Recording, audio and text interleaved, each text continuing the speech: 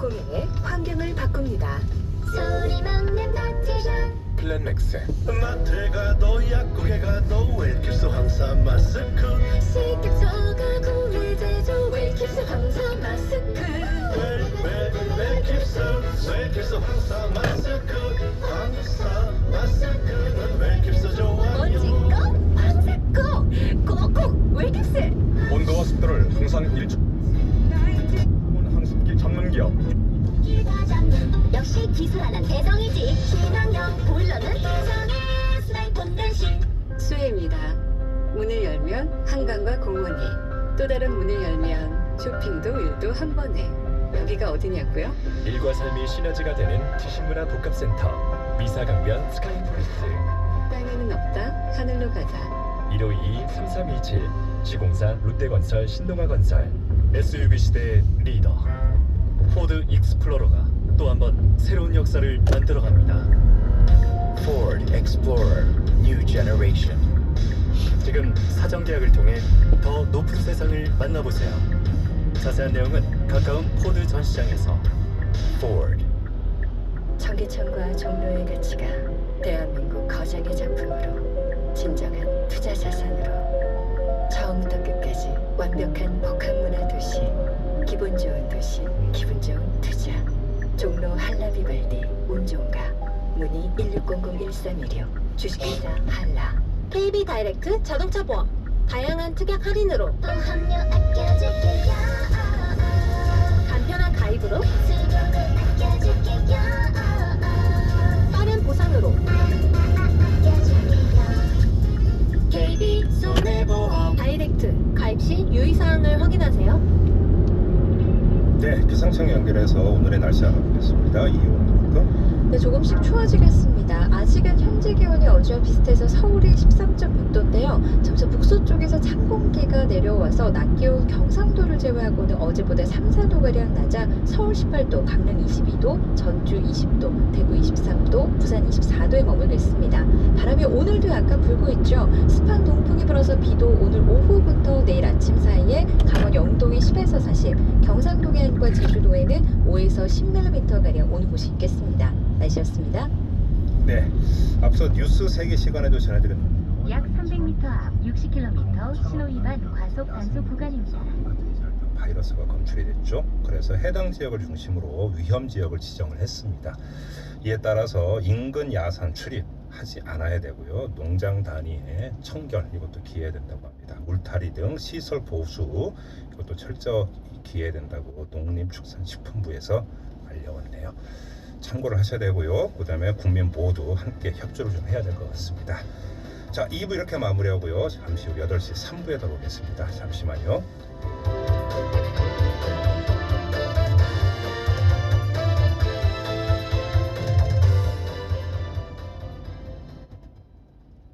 지금 시각은 7시 57분입니다.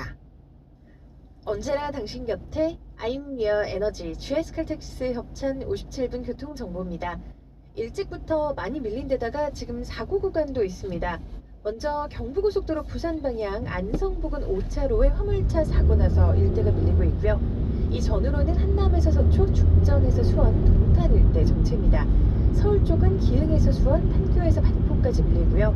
서울 외곽고속도로는 구리 쪽으로 조남분기점 2, 3차로에 사고가 났는데요. 시흥휴게소부터 여기 지나 수안터널까지 정체입니다.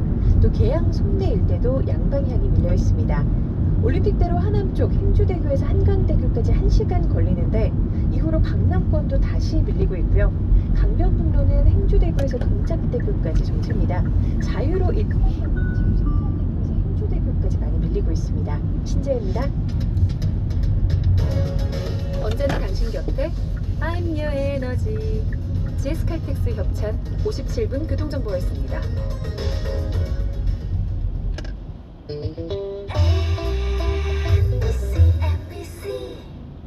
대학병원이 운영하는 건강검진센터 입점 예정으로 놀랍지? 멀티플렉스 영화관과 볼링장 입점 예정으로 재밌지? 어린이 도서관과 키즈카페 입점 예정으로 온 가족이 즐겁지? 복합지식문화타워 광명 G타워 상업시설 광명 G7 스퀘어 홍보관 오픈 중 1600-6832 롯데건설 두산건설.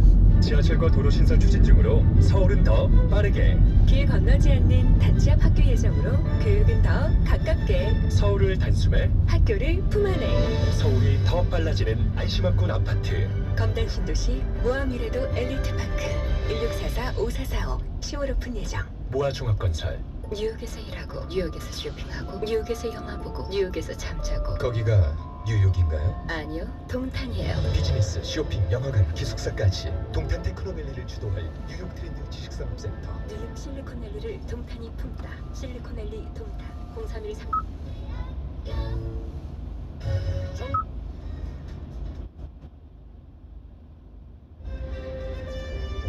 퇴근길 하루를 정리하는 시간. 월요일부터 금요일 오늘 정말 아니라고 보거든요. 아이들을 살릴 능력 그의 촌철살인 한마디를 듣고 싶다면 평일 저녁 6시 5분 이승원의 세계는 그리고 우리는. AM 900kHz, FM 95.9MHz, MBC 라디오입니다. HLKV.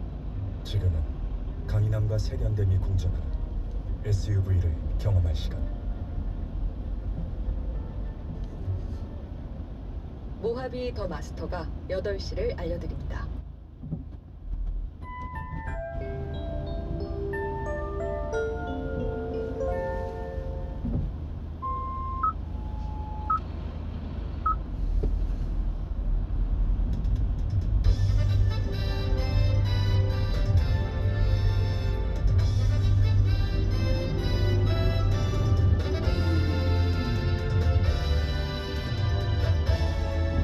김종배 시선 집중.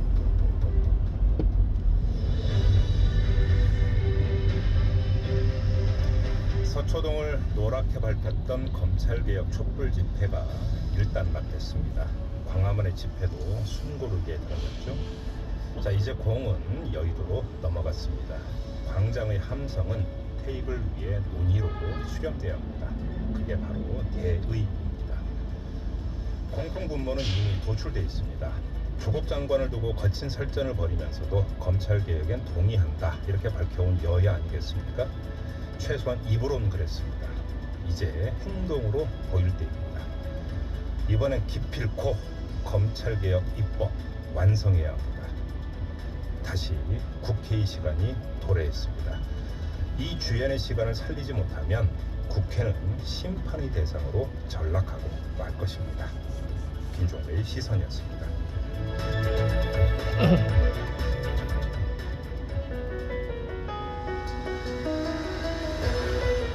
이슈의 핵심을 꿰뚫는 조 장관 가족 사모펀드 관련 논란과 함께 서초동 촛불 집회와 광화문 보수 집회에 대한 서울시의 대응 등이 쟁점이 될 전망입니다. 자유한국당 나경원 원내대표는 국정감사 종료 뒤에 검찰의 패스트트랙 수사에 응하겠다고 밝혔습니다.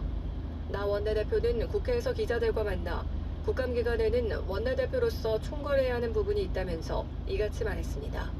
그러면서 패스트트랙은 문희상 국회의장의 불법 사보임이 근본 원인이기 때문에 법적 책임을 질 이유는 없고 정당한 행위였다고 주장했습니다. 인구민상과 안전인력 충원 등을 요구하며 지난주 금요일 오전 9시부터 72시간 경고 파업에 들어간 철도노조가 오늘 오전 9시부터 업무에 복귀합니다. 코레일은 철도노조의 파업은 오전 9시에 종료되지만 시차 근무하는 조합원들의 업무 복귀 시간이 달라 열차 운행률은 차이가 있다고 밝혔습니다. 코레일은 오늘 KTX 운행률은 평소 대비 81%, 새마을과 무궁화호는 각각 72%며 화물열차는 35% 수준에 그칠 예정이라고 설명했습니다.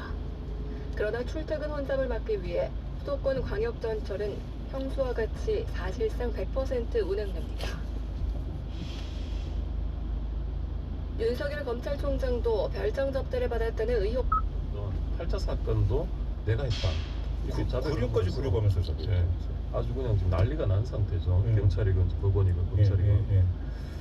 그래서 이 화성 연쇄 살인 사건을 알려진 10차례 그 연쇄 살인 사건 중에 8차 사건은 모방 범죄, 그러니까 다른 사건이다. 다른 분이 존재한다고 해서 이미 처벌까지 받았었거든요. 그렇죠. 13세 소녀를 그 자신이 살고 있는 집에 그 침입을 해서 간절히 성폭행을 하고 그 살해한 그런 범행인데 그 집안에서 이 범인의 채모가 발견됐어요. 네네네. 그다음에 혈액형도 있었고, 네. 그래서 그걸 토대로 수사를 한 끝에 인근의 그 농기계 수리공이던 윤모 씨를 범인으로 특정해서 그렇죠. 자백까지 받습니다. 그렇죠. 그 채모도 동일한 것으로 확인됐고요. 그래서 재판 끝에 무기징역을 그 선고받고 확정이 돼서 복역까지 마쳤고, 네. 2009년에 가석방이 돼서 거의 한 20년을 살고 나왔거든요. 네. 근데 현재 이 상황에서 이춘재가 갑자기 그 사건도 내가 한 것이다라고 밝혀버린 거예요. 예. 그래서 이춘재 이 진술이 과연 뭐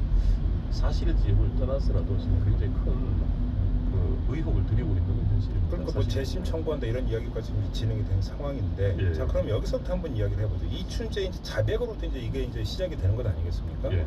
자백의 신빙성을 어떻게 봐야 됩니까? 그 자백의 신빙성이 사실 이 사건의 키포인트일 텐데요. 예.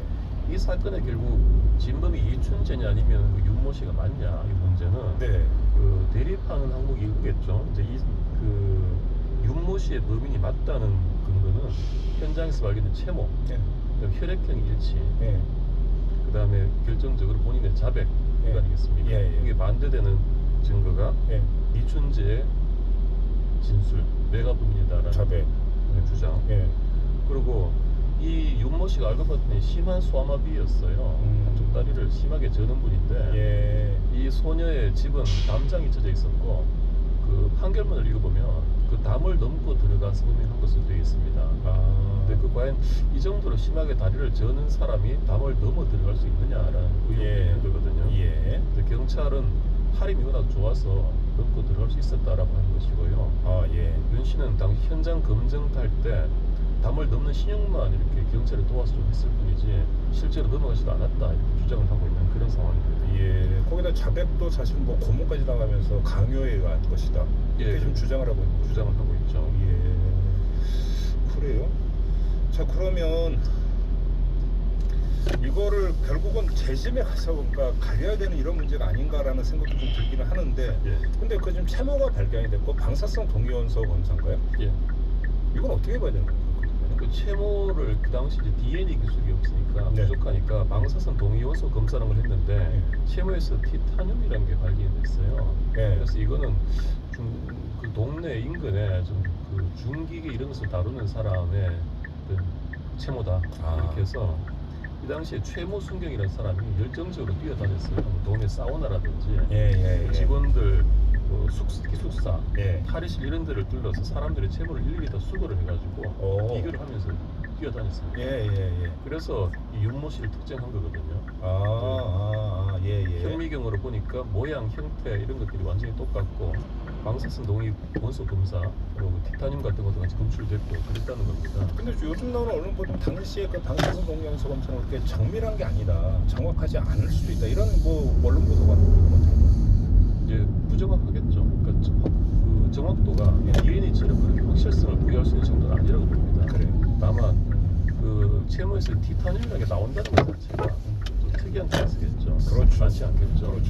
그 자체는 부정확하다 하더라도 또 혈액형이 일치했다는 겁니다. 그 당시 혈액형 검사가 부정확했다 하더라도 이 다른 화성살인 사건처럼 야외에서 혈액형이 발견된 게 아니라 집안에서 발견된 거거든요. 그렇다면 혈액형의 오염이나 오류 가능성이 적다는 거죠, 상대적으로. 그러면 예를 들어서 방사선 동위원소 검사라든지 혈액형 검사 이 자체는 그러니까 당시 경찰로서는 나름대로의 어떤 주어진 환경에서 최선을 다한 결과다라고 치더라도 제가 알고 있는 법률 상식에 따르면 어떤 강압 수사로 인한 어떤 자백은 인정이 안 되는 걸로 알고 있는데, 그렇죠. 강압 수사가 있었느냐 없었느냐에 따라서 얘기가 달라지는 거 아니에요? 그렇습니다. 사실 여기서 핵심은 채모의 동일성 여부보다는 자백 과정에서 강압 수사 여부예요. 그렇죠.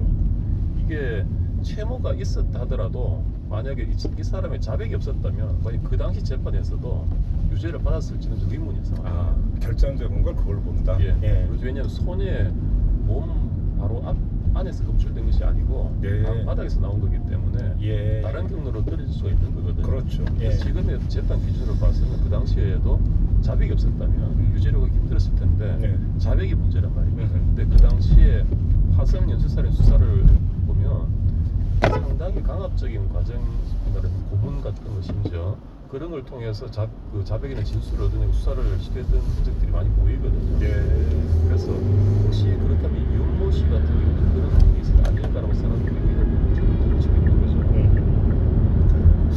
한번 여기서 다른 사례 한번 보죠. 강압 수사에 의한 잘못된 어떤 결정이라고 할까요? 결과라고 할까요? 이런 사례들이 많이 있습니다. 당시 화상 살인에 있었으면 그렇습니다. 우리 그 살인의 조리가 네, 친구들은 아시겠지만 백강호식이 향수위에 떴다는 그 사람 있지 않습니까? 예. 그 모델이요. 명모 씨란 분인데 이 사람이 그 당시 절도죄로 구속이 됐다가 화성 살인 사건은 진범이 아니냐 하는 의혹을 받고 수사를 했는데 고문을 받았어요. 그러다가 죽어버렸습니다. 그래서 그 당시에 형사 3사람이 구속이 되고 경찰서장 수사과장이 직위 해제되는 그 아주 대형 무리를 일으켰던 일이 있고요. 그 다음에 그 영화 속에 박해일 씨가 모델이었던 윤모 씨 있습니다. 여기도 진범으로 고문까지 됐었는데 약 300m 앞 60km 구간입니다. 불려났더라고요. 그렇죠. 그 다음에 또 많이 있습니다. 차모 씨라고 있고요. 그 당시에 화성 9차 사건 용의자로 조사를 받다가 무혐의로 풀려났습니다만 정신 이상 증세를 일으켜가지고 기차에 스스로 뛰어들어서 목숨을 끊었습니다. 수사받은 다음에 직후에요. 그다음 화성 10차 사건에서는요. 수상 대상자였던 장모 씨가 그 오산 아파트 옥상에서 또 투신해서 스스로도 목숨을 끊었습니다. 그다음에 97년도인 김모 씨가 또 자택에서 숨져 있었는데요. 이분도 화성 5차 사건 이후 경찰 조사를 받아오다가 무혐의로 풀려났지만 그 뒤로 이렇게 극단적인 선택을 시도한 끝에 사망한 것으로 알려져 있습니다. 그럼 이게 전부 다 그러니까 끌려가서 강압 수사를 받은 이후에 어떤 이뤄진 일이라는 그 연관성이 충분히 있다고도 볼 수 있겠네요. 그렇죠. 이런 사례들을 보면 당시에 어떤 수사관들이 필요성이 너무나 다급한 나머지 좀 이렇게 지나친 강압 수사 내지 고문 같은 것들이 있었지 않았나 하는 의혹을 던지기 충분한 사례들이거든요. 그렇죠. 그렇다면 이번에 그 8차 사건의 윤모 씨도 그렇지 않았을까라고 사람들이 의심하는 거죠. 그렇죠. 어찌 보면 그건 합리적 의심인 것 같은데 당연히. 자, 그럼 한번 그 이제 좁혀가지고 이런 모든 것들을 그 근거로 제시하면서 재심을 청구를 한다면 재심이 받아들일 거라고 보세요. 어떻게 생각하세요? 재심이라는 거는 두 단계가 있습니다. 형사재판에서는 첫 번째는 이 사건을 재심 다시 재판할 것인가 말 것인가를 결정하는 재판입니다. 그렇죠. 그리고 두 번째는 다시 하겠다고 재심 결정을 하고 나면 재판을 새로 하는 겁니다. 그냥 처음부터. 그렇죠. 그 두 단계는 첫 번째 이 재심을 할 것인가 말 것인가가 가장 핵심이고 어렵습니다. 이 단계의 요건이 뭐냐면 그 중에 하나가 기존 확정 판결을 뒤집을 만한 명백한 증거가 나왔을 때. 그렇죠. 근데 이 요건에서 이 명백한 증거라는 게 제일 대표적인 뭐냐면은 진범 검거입니다.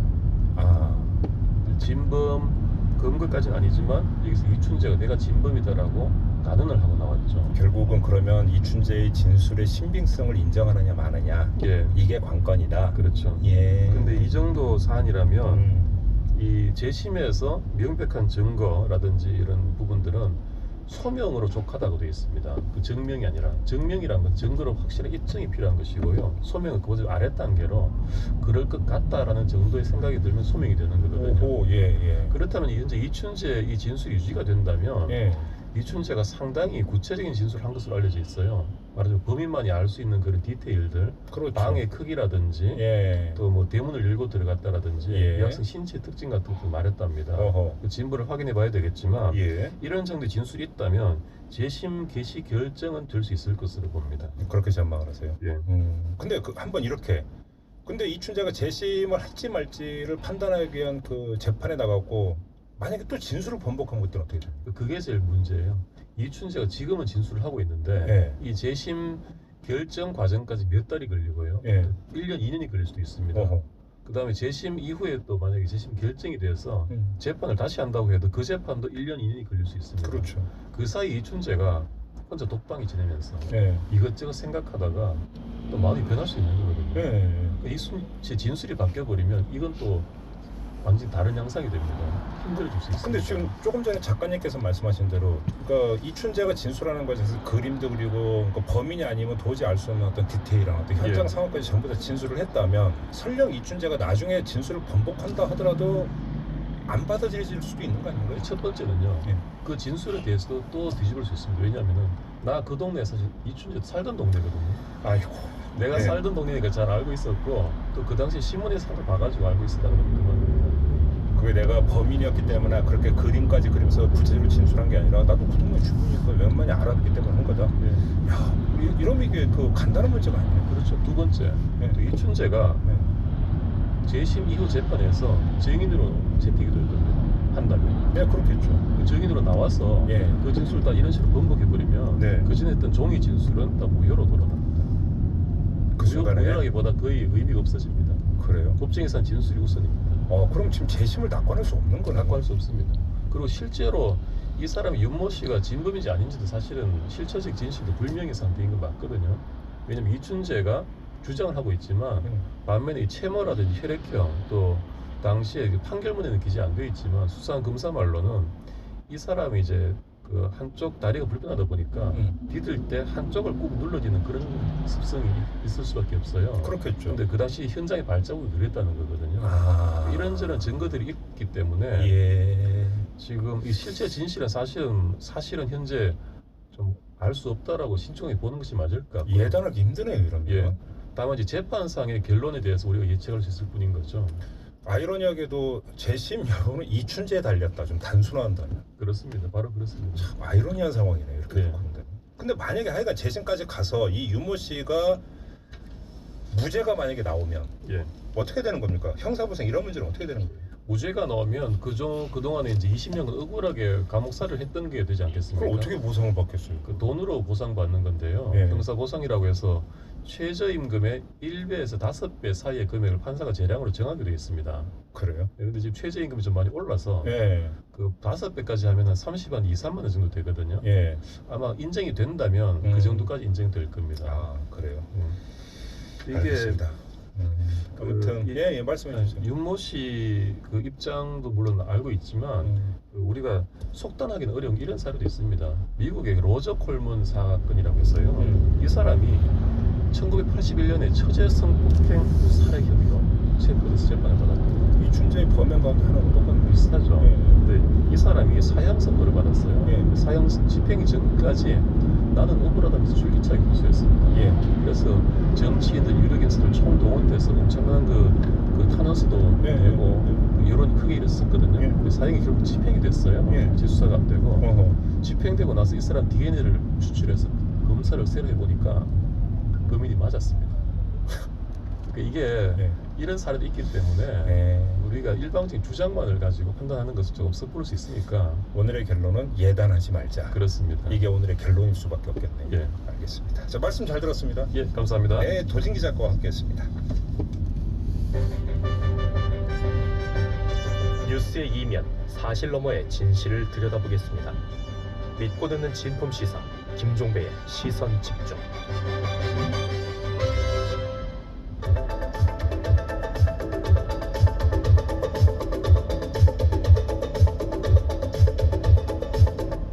네, 시선 집중의 대미를 장식하는 비컨 뉴스입니다. 이종훈 작가 모셨습니다. 어서 오세요. 안녕하세요. 네, 자 오늘 네. 첫 소식은요. 오늘 첫 소식은 촛불 집회에 등장한 정체불명의 깃발 이렇게 뽑아봤습니다. 어떤 깃발인데요? 지난 토요일 게임 전문 인터넷 커뮤니티에 나 방금 무서운 거 봤다? 이런 제목으로 사진 한 장이 올라왔는데 무서운 거? 예.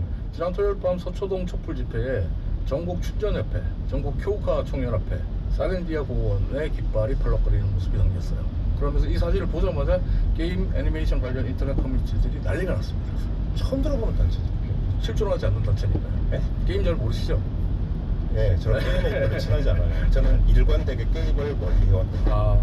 전국 춘전협회는 중국의 모바일 게임에 나오는 스프링필드라는 미소녀 캐릭터를 스프링필더를 우리 게이머들이 춘전 이렇게 불러요. 춘전 캐릭터에다가 전국협회, 전국 춘전협회 이렇게 갖다 붙였고 전국 교우카 총연합회와 사렌디아 공원은 일본 모바일 게임에 나오는 미소녀 캐릭터의 총연합회를 붙인 건데 한마디로 요약하면 게임 속 캐릭터가 그려진 깃발을 들고 다녔다 이렇게 보시면 되는 거예요. 잠깐만, 근데 그게 왜 무서운 거예요? 이게 이제 글쓴이의 표현을 그대로 옮기면 노답 삼형제거든요. 사실 이 캐릭터가? 이 캐릭터를 좋아하는 사람들이 노답이다. 좋아하는 사람들이 노답해. 왜요? 다 큰 어른이 게임 속에 이제 미소녀 캐릭터에 빠져간다는 약 300m 앞 50km 구간입니다.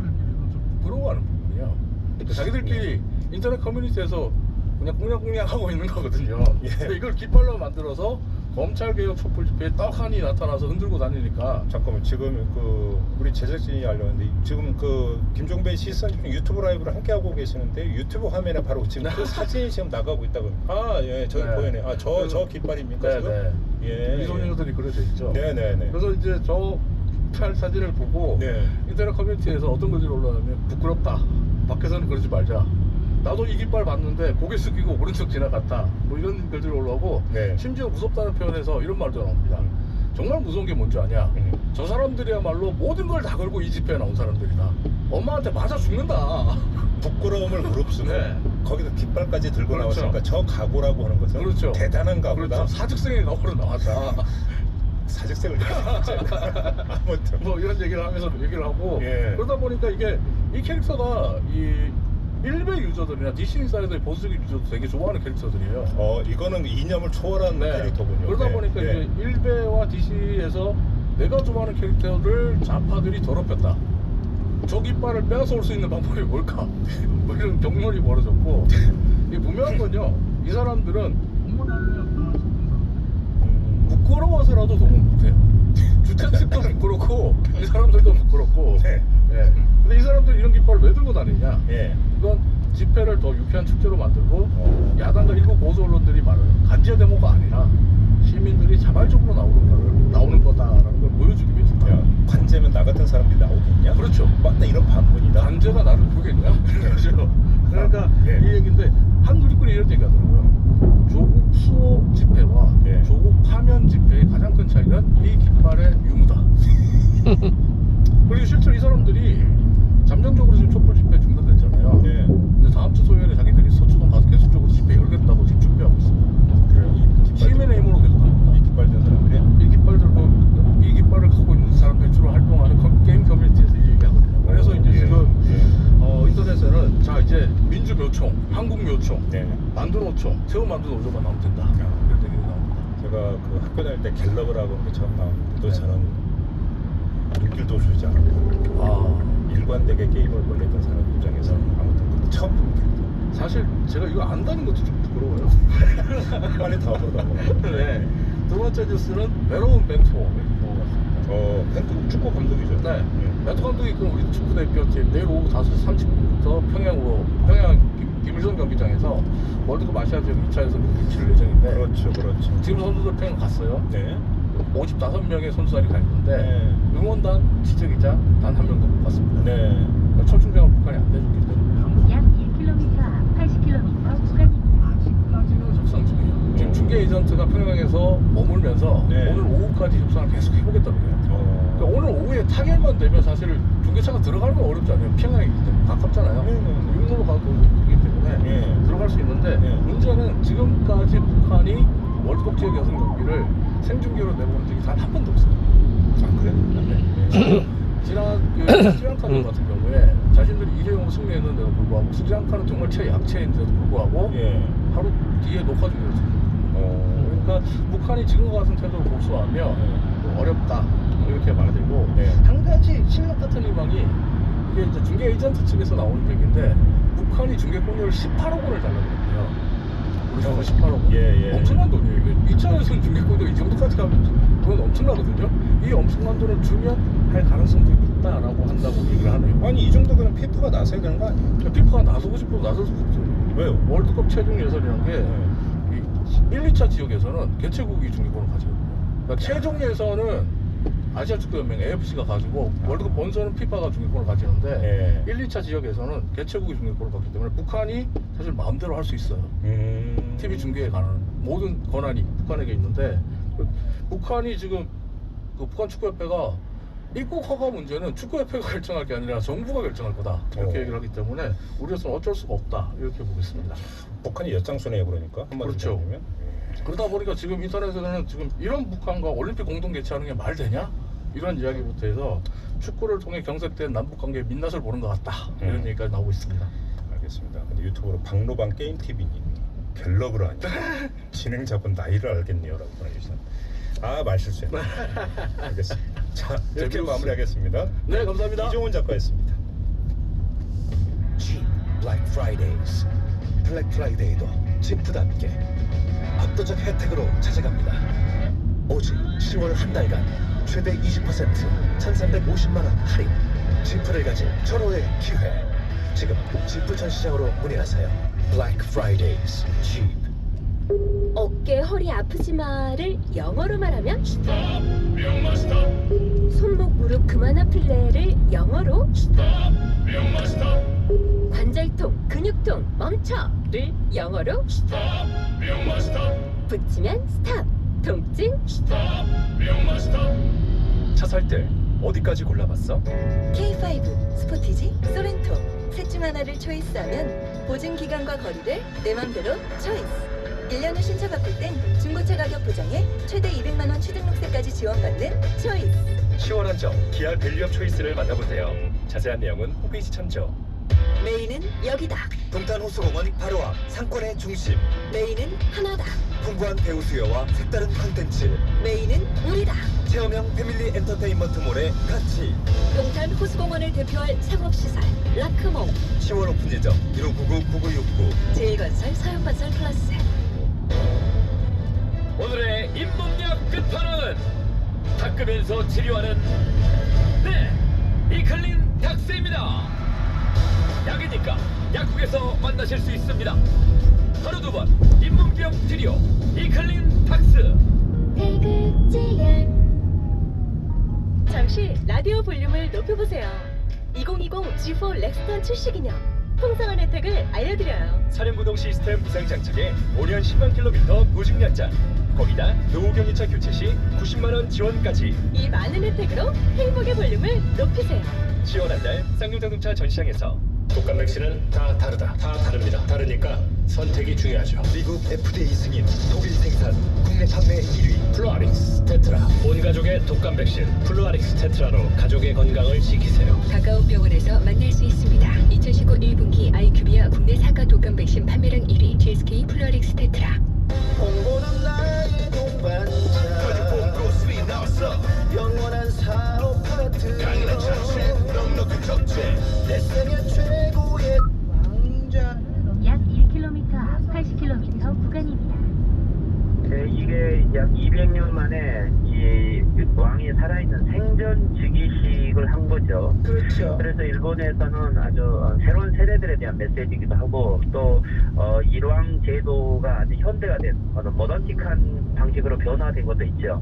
그래서 인기도 있는데 특히 아키히토 전 일왕 같은 경우는 그 아버지 쇼와 일왕의 전쟁 문제에 대해서 항상 국제의식을 가지고 평화 여행들을 많이 해왔고, 그렇죠. 한국에 대해서는 백제 왕의 후손이라든지 그리고 한일 간 우호 관계가 중요하다든지 이런 메시지를 일관되게 전달을 했죠. 아마 그 정도의 정신은 지금 현재 나루히토 일왕이 대승을 하고 있다고 보고요. 그래서 일왕의 새로운 체제에 이제 한국이 합의가기 개선의 가능성을 보고 있는 것도 그렇게 틀린 분석은 아닌 것 같습니다. 네. 그 아버지인 아키히토 상황이 1990년에 우리나라가 가져다주고 기존의 지구에 기술대상을 기반으로 풍속의 내용이었어요. 이렇게 가져가면서 상사적인 게 있었는데 여기에서 그 아들인 나루히토가 어떤 상태를 보였어요? 그렇죠. 한국 하나를 뽑았는 여러 가지 의지가 있어서 한국에 대한 전쟁에 대한 것도 많이 발언하셨는데 나루히토 이런 시기에서 바로 그런 발언하기는 어려울 것 같아요. 그리고 이번에 즉위식에서 했을 메시지는 일본 아베 수상과의 관계에서 봤을 때는 평화헌법을 지킨다는 이것을 넣느냐 안 넣느냐가 중요하고요. 그리고 일본 국민의 자체의 상징이다라는 이런 통합의 의미를 좀 가져올 것 같고, 이번 태풍 피해도 있어서 아마 높은 수준의 어떤 정치적 의사보다는 이만 민생을 생각하는 통합의 상징을 더 강조할 필요가 있을 것 같습니다. 사실 평화헌법을 고수한다 내지는 그것을 지켜야 된다 이런 식의 취지의 발언이 나온다면 이거는 아베 수상과는 좀 다른 측면에서 얘기하는 거 아니겠습니까? 이거는 그렇죠. 중요하죠. 이번에 지금 아베 내각이 헌법 개정안을 어떻게 수정하겠다는 심사위에서 열개파부터 전략적인 목표를 세우고 있기 때문에 현재 유학계에서 보면 헌법을 지키자는 입장에서는 아주 위기의식을 가지고 있어서 실질적으로 이번 주식에서 통화보법이라는 말을 이게 넣는 것 자체만 가지고도 국민들에게 주는 상징성 영향이 엄청 크겠죠. 네, 그러니까 우량이 결과 정치적으로 어떤 권한을 가진 건 아니지만 그 가지고 있는 상징성이 매우 중요하다 이런 얘기를 봤어요. 그런데 지금 어쨌든 진짜 피해를 주고 있는 건 결국엔 아베 신조인 것 같은데 만약에 부총리하고 회담이 이루어진다면은 부총리가 회담을 제안했는데 회담이 거부된다면 이런 좀 요약해서 어떤 식으로 가능성이 있습니까? 그렇죠. 아베 수석 입장에서는 이낙연 총리의 면담을 취하기 어렵고요. 실제 아베 총리 입장에서도 지금 미국과의 관계라든지 교회 외교 아베 수석 입장에서는 한국과의 외교가 현재 이렇게 봉착 국면에 있는 것은 아주 난처하죠. 어떤 형태든지 한국이 유화적인 메시지만 주면 돌파를 하고 싶은데 그런 면에서 오히려 아베 수상이 면담을 더 요구하고 있는 상황이라고 보고요. 아주 작지만 양쪽의 수뇌 위에 의도를 파악할 수 있다는 의미에서 아베 수상 쪽이 더 많이 기대를 하고 있을 겁니다. 그런데 사실 아베가 지난번에 뭐 한국을 이웃나라라고 뭐 아주 오랜만에 말을 하긴 했지만 기본적인 기조가 바뀐 건 아니다 이런 입장들이 많이 있던데요. 그런 상황에서 얘기를 한다고 특별히 뭐 달라질 만한 게 있을까요?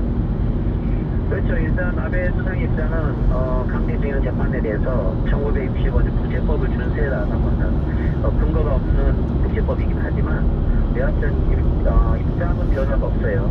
하지만 그런 현재 일관된 입장만 가지고 한일관계 모색을 하기는 어렵고 국제재판소로 가더라도 일본 내에서는 그렇게 유리하지 않다는 부분도 있고요.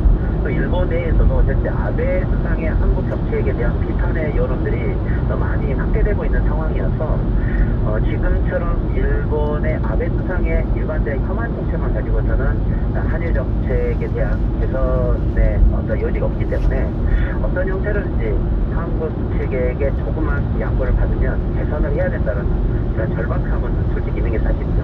그렇군요. 근데 또 아베 총리하고 우리 이낙연 총리하고의 특별한 관계가 있지 않습니까? 그 두 분 다 국회의원 시절에 아베가 한국을 방문해서 소주를 같이 마시기도 했다 이런 얘기도 있고 그러던데 이번에 그런 개인적인 관계나 이런 것들이 어떤 긍정적 영향으로 작용할 수 있을까요? 약 1km 앞 80km 구간입니다. 문화를 공유할 정도로 친하다고는 보이고 있고요. 특히 아베 수상 같은 경우는 개인적인 인간 외교를 많이 중요시 여기죠. 특히 트럼프 대통령과의 관계도 그렇고 아마 또 이낙연 총리에게는 훨씬 더 자기의 본심을 좀 더 전달할 수 있는 마음의 여유는 있을 것 같고요. 하지만 이번에 지금 한일 관계를 통해서 양국 순회의 의지 확인은 좀 가능하겠지만 근본적인 어떤 외교의 모색을 하기는 어렵고 하지만 이것은 신문 협상이 필요하기 때문에 작년 이후로 이렇게 공식으로 만나게 되는 것만 가지고도 양국의 국민들에게 주는 또는 외교 관계자들에게 주는 메시지성은 아주 강한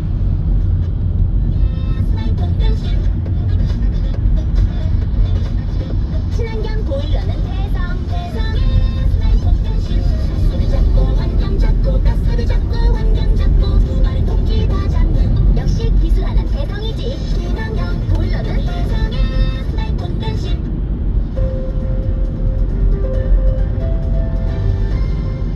이진우의 손에 잡히는 경제. 네, 경제 뉴스들 살펴보겠습니다. 오늘은 블록체인 미디어 고인디의 고란 기자와 함께합니다. 어서 오십시오. 네, 안녕하세요. 조인디의 고란 기자. 죄송합니다. 네. 웅진코웨이가 매물로 나왔는데 넷마블이 인수할 가능성이 상당히 커지고 있는 것 같습니다. 뭐 사실상 확정됐다라고 보면 되는데요. 예. 웅진그룹이 오늘 오전에 이제 이사회 엽니다. 그래서 매각 우선 협상 대상자로 넷마블 선정할 계획이고요. 10일 날 사실 넷마블이 본이 찰 때 깜짝 등장했습니다. 예비 찰 때는 안 보이다가요. 예. 그때 깜짝 등장해서 25.08%를 1조 8,300억 원 정도에 써냈다라고 하거든요. 뭐 당초 SK 네트워크스가 사실 참여하지 않겠느냐라고 했었는데 본입찰 불참 선언했고요. 앞서 3월에 웅진그룹이 코웨이 지분 22.17%를 1조 6,832억 원에 샀거든요. 예. 25%를 1조 8,300억 원이니까 거의 샀던 가격이 그냥 되판다라고 보시면 됩니다. 예. 이게 원래는 웅진그룹 거였어요. 그러다가 경영난이 생겨서 한번 소유권을 잃었다가 PF 팔았다가 다시 그 과정에서도 왜 회장님이 다른 주주들도 그냥 말들이 많았어요.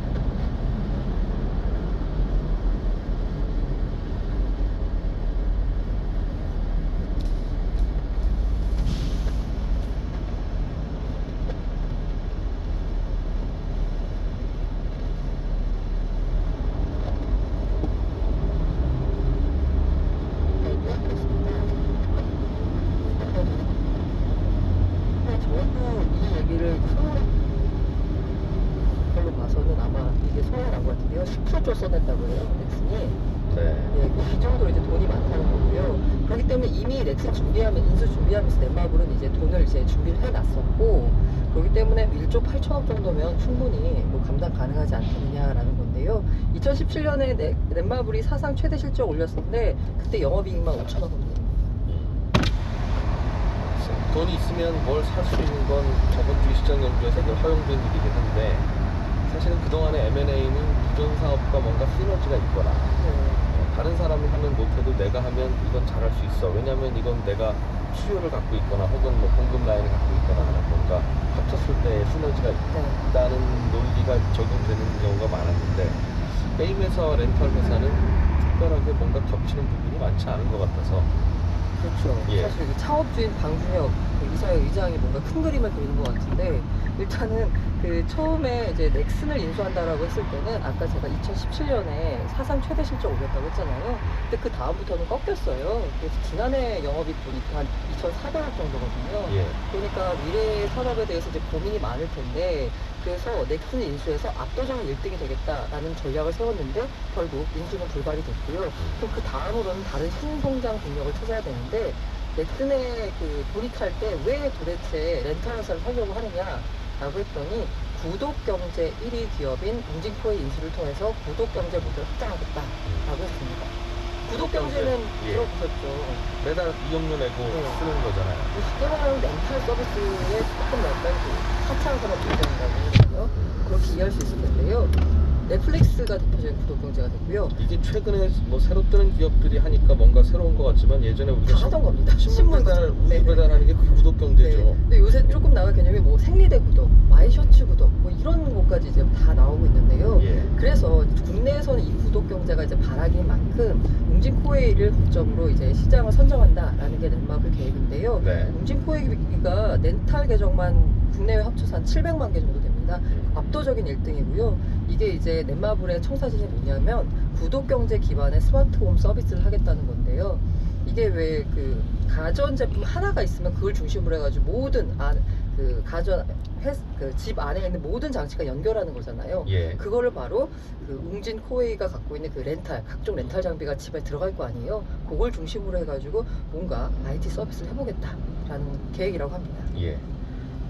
가구업체 한샘이 공정거래위원회의 제재를 받게 됐는데, 그 이유가 한샘이라고 써있는 그 가구 전시장 가보면 대리점들이 좀 들어와 있는 모양입니다. 인테리어 전문점이 이게 한샘 본사가 하는 게 아니라 어떤 제휴해서, 그렇죠. 저희 집 앞에도 한샘 대리점 사장님들이 들어가서 한샘 브랜드를 달고 영업을 하는 모양이에요. 그런 분들한테 동네에 무슨 판촉 행사나 전단 뿌리기 행사할 때 하면 이 전단 보고 대리점 찾아와서 인테리어 상담 받으시니까 전단지 인쇄 비용의 몇 %를 내세요 라고 부과를 했다가, 이게 우리가 동의도 안 한 거 왜 이런 식으로 강요하느냐라는 논란이 좀 있었던 모양입니다. 공정위가 한샘이 잘못했다고 했네요. 그래서 공정위가 11억 5,600원을 부과했습니다. 왜 잘못했냐면 그 대리점법 위반이라는 건데요. 한샘이 2015년 1월부터 2017년 10월까지 판촉 행사하면서 아까 말씀드린 판촉 비용, 이걸 협의해서 하면 괜찮은데요. 협의 안 하고 일단 한 다음에 나중에 이제 영수증만 내밀었다는 거죠. 돈만 내, 이렇게. 그랬더니 이게 이제 공정 입장에서는 대리점법을 어겼다라고 해가지고 과징금을 내린 겁니다. 과거에는 뭐 관행적으로 했던 건데 앞으로는 협의하고 하세요 라는 뜻이니까 공정위 얘기가 틀린 말은 아닌 것 같습니다만, 과연 그럼 이 갑질이 없어질까 하면 앞으로는 그럼 한샘이 협의할 것 같아요. 네, 맞습니다. 보이세요 한 후에 이제 이거 이렇게 해서 몇 %씩 부담하기로 하겠습니다. 이의 있으신 분 손 드세요 하면 그 자리에서 이의를 제기할 수 있을까 모르겠습니다. 그 대리점 계약이라는 게 한샘 브랜드를 달고 인테리어 사업을 하는 건데, 그거는 결국 한샘의 노하우나 한샘의 브랜드를 가지고 하는 거니까 뭐 불만 있으시면 다음 계약 때는 그럼 다른 그 대리점 하시는 분하고 하겠습니다 하면 저항할 방법이라는 게 쉽지 않잖아요. 쉽지 경쟁력이 않지만, 없으니까. 네, 뭐 일단은 법적으로는 그 예. 전까지는 뭐 아예 법적으로 없었는데 사실 대리점법이라고 해서 2016년 12월에 만들었어요. 그러니까 이제 한샘도 공정위 조사 시작되고 나니까 2017년 11월부터는 그 동의하는 그 문구를 만들었습니다. 서류를 만들어서 이제 받았거든요. 예. 그 사이가 문제가 되는 거고요. 한샘 입장에서는 약간 뭐 억울하다라는 건데요. 이게 뭐냐면 상생형 표준 매장의 특성이다라는 건데요. 상생형 표준 매장은 뭐냐면 제가 아까 집 앞에도 대리점 있다라고 했는데 이건 굉장히 작은 규모의 대리점이에요. 그게 예. 아니라 주요 거점에다가 엄청 크게 매장을 내면 거기 안에 대리점에 들어와라. 우리가 이렇게 일단 세팅을 해줄 테니까 들어와서 이제 영업을 해라라는 거면 여기서 해서 만약에 물건이 팔리면 거기 그 대리점주가 그냥 갖고 갑니다. 그럼 이게 왜 우리가 뭔가 판촉 행사해가지고 다 대리점들 좋으라고 이렇게 한 건데 왜 우리한테 그 공정위가 이렇게 과징금을 매기느냐 억울하다라고 해가지고요. 그 행정 소송 계획 중에 나갑니다. 자, 뭐 이런 비용 받지 못하게 하면 결국은 또 뭐 대리점 가맹 비용을 더 받아서 해결할 일이고 결국은 이 가격이라는 건 대리점 하시는 분들의 개발 능력과 이런 회사들의 브랜드 중에 어떤 게 더 소비자들에게